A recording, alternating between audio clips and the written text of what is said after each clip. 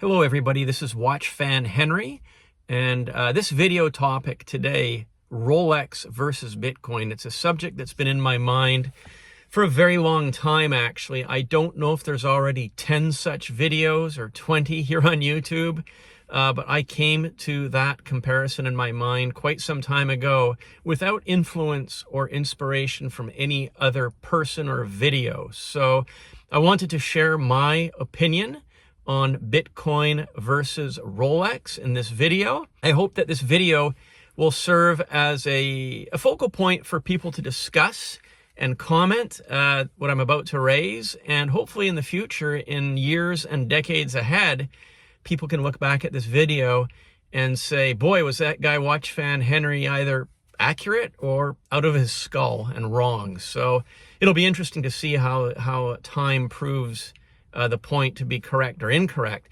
My point that I'm going to discuss, the primary point is what is a better investment? What is going to be the wisest way forward if you happen to have on this date, which is early November, November the 10th of 2023, if you had $37,000 USD cash in your pocket or bank account, and you were faced with the decision of how to invest that money, you could compare two options. You could buy one Bitcoin today at 37,100 USD, or you could buy a very nice Rolex watch. And I'm going to talk about the watches that you could buy. I did a quick survey of the market to find watches that you could easily purchase for 37,000 US dollars, and we'll compare them and see how you guys feel as well when we get to the comments later on in the video.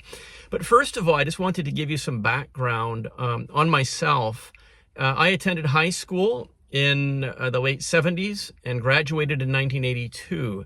My economics master at the time was a big fan of John Kenneth Galbraith. He was a giant of a man in both physical stature as well as his economic expertise. He was is one of the most well-respected economists. He impacted me in that his primary focus, the thing that I remembered most about him when I took economics in grade 10, it would have been 1980, was what I learned from him about speculative markets and the concept of intrinsic value.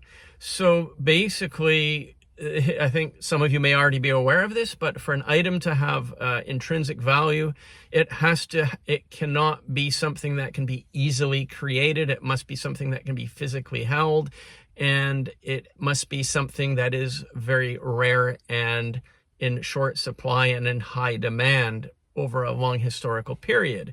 So items that are not of historical value would include things such as earth, bulbs, tulip bulbs, grass cuttings, clothing of a generic nature that is used, perhaps old magazines that are of current day vintage that have been mass produced in huge numbers. These things would be typically of non-intrinsic value. Now, it brings us to Bitcoin. I'll just say this right up front, I am not a fan of Bitcoin. I do not own Bitcoin, and I do think it is a Ponzi scheme. I wouldn't personally invest any of my money into Bitcoin, but that doesn't mean that I'm wrong. It just means that's my opinion. If you own Bitcoin, I do hope you do well, but it's just not something I personally am comfortable putting any money in, and I'll explain why. Bitcoin is what John Kenneth Galbraith would define as a mania market, as a speculative market. It's a speculative mania, and it's not unlike numerous other speculative manias that the world has seen and have passed over the last hundreds of years, actually. And of course, when I was in high school and back in grade 10, 1980, I learned about the tulip bubble market, and that came through a textbook reading written by John Kenneth Galbraith, in which he explained how people living in the Netherlands 300 years ago bid up the prices of tulip bulbs to incredibly crazy prices. People sold off all their assets to buy tulip bulbs, and many people were wiped out over a period of time. Today, of course, tulip bulbs are not worth the same price as precious metals, gold, platinum, silver, etc., palladium. The problem with manic markets is that they take hold, they basically involve large swaths of the population, and a lot of people unfortunately lose a lot of money. The problem that we have today, in my opinion, is that the Bitcoin and crypto craze fits the definition of a manic speculative market, a bubble market. And there is no intrinsic value to Bitcoin. It cannot be transported in the event of a nuclear war. And if all computers were non-functioning and there was a certain segment of humanity that was going to engage in commerce, Bitcoin would have no value. If computers are unplugged from walls, if database servers are unplugged from their power supplies, Bitcoin becomes absolutely useless. It evaporates like ether. Whereas if you have gold or silver or precious metal, despite it being a very old school commodity for thousands of years, gold, I'm not a gold bug, but and I don't own much gold, but gold has remained as a store of value for thousands of years, millennia. So the problem is that I see that a lot of people might end up being financially hurt by owning Bitcoin.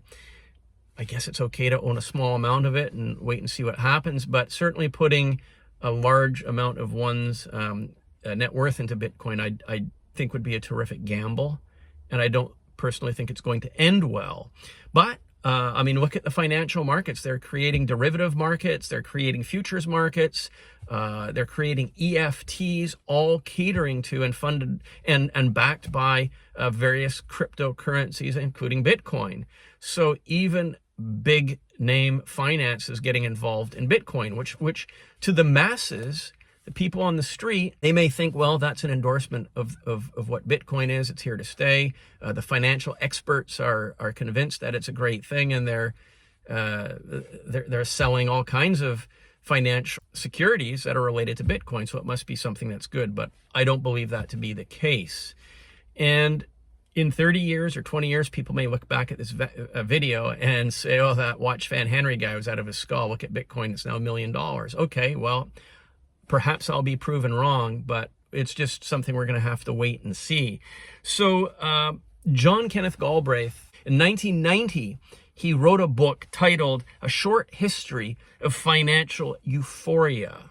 So again, this was his thing. He was completely obsessed with bubble markets. And if you own Bitcoin, I think you owe it to yourself to read John Kenneth Galbraith's book, A Short History of Financial Euphoria, just so you have somebody else's historic perspective on what Bitcoin might be. The history of speculative markets has been covered by, of course, many economic experts over the decades. So I personally, if I had $37,100, I think a more prudent investment would be to purchase a very nice Rolex watch. And I went onto eBay and I just started searching for Rolex models that you could purchase right now today easily for $37,000 US.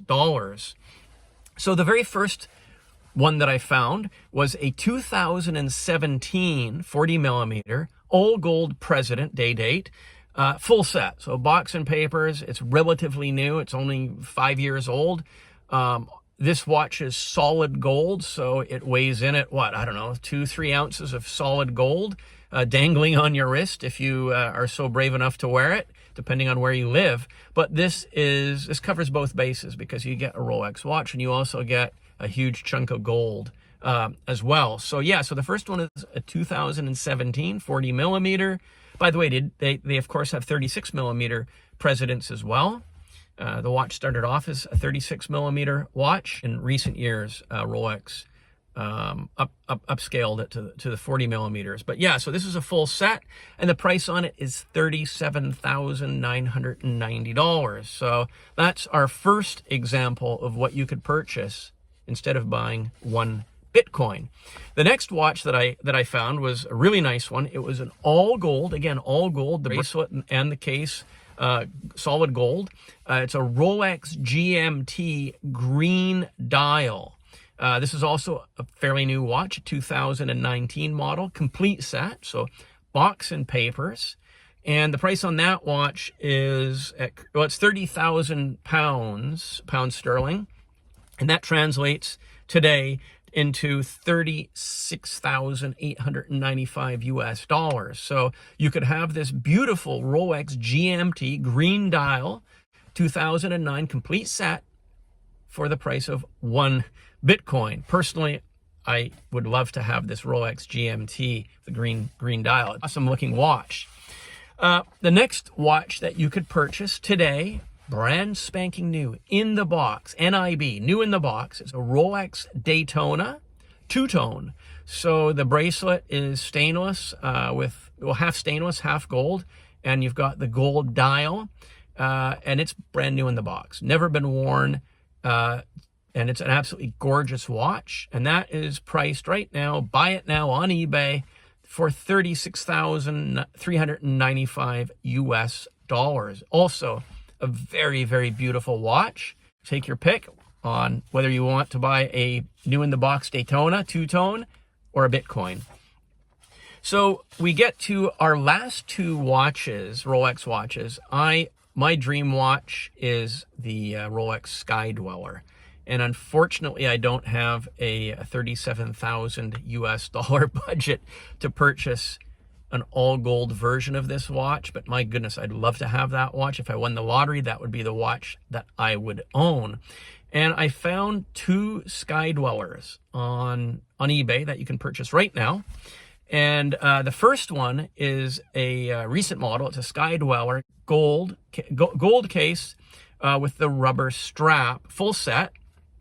And it is priced at blackface, and it's priced at $36,535. And then the other Sky Dweller, which I found, which would be my definite purchase if I had to choose between the two, it's an all gold Sky Dweller with box and papers, recent model, of course, Arabic dial, yellow gold. It's absolutely stunning. It's gorgeous. I think of all the watches I've shown and discussed here today that you could purchase for the price of 1 Bitcoin, this would be my favorite. So look at this. Isn't this a gorgeous piece? My goodness. Also, just like the President, it's going to weigh in at several ounces of gold. So it's like, I don't know, 2, 3. I actually don't know the exact ounce weight on these watches, but I'm guessing it's probably in the 3-ounce range, so it melts at $6,000 roughly US. Not that you'd ever want to melt the watch, but this particular watch, this beauty, is priced at a little bit more than the price of a Bitcoin today. It's 38,995 US dollars, and for me, it would be an absolute no-brainer as to whether I was going to buy a Bitcoin or this beautiful all gold Sky Dweller. So there you have it. These are the watches that I found that you could easily purchase for the price of a Bitcoin today. And it is early November. It's November the 10th of 2023. I'm making this video so that we can look back at it in decades past and use it as a reference as to what happened in the following years and decades. Was I right that it was a better bet to purchase a Rolex watch in late 2023, or was I wrong in that the viewers should have purchased a Bitcoin at 37,000 US dollars? Time will tell. I really look forward to your comments, and please do comment. I think it's going to be fun to hear what people think on this topic. And if you've enjoyed the video, I certainly would appreciate thumbs up. That would be awesome.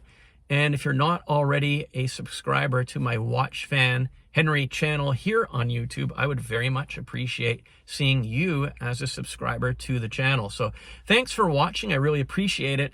And I look forward to your comments below, and I look forward to seeing everybody in my next video. All the best, everybody. Take care. Thanks for watching. Bye for now.